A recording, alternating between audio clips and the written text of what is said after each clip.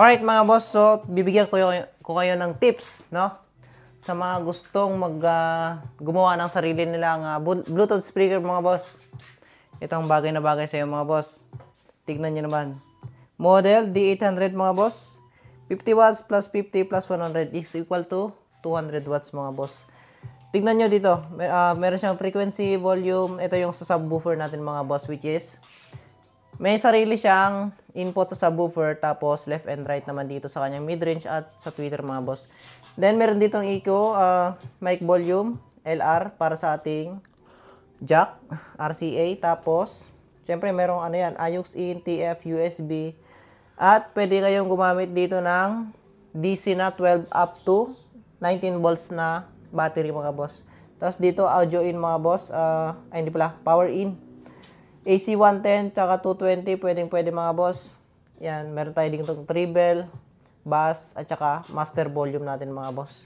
Tignan nyo, mabigat to sa personal mga boss. At nagulat ako na gano'n siya kalakas. Yan. Tignan nyo naman.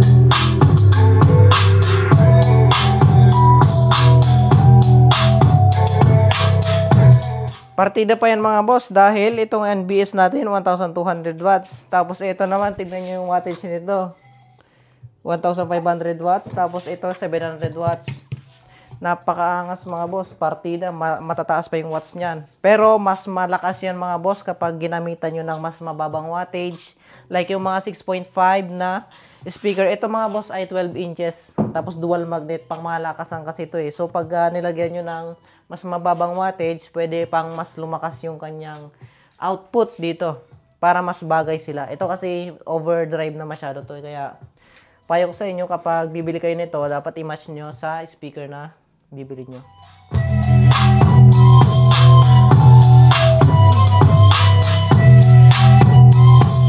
Sa mga naghahanap mga boss, meron yan sa yellow basket natin sa baba.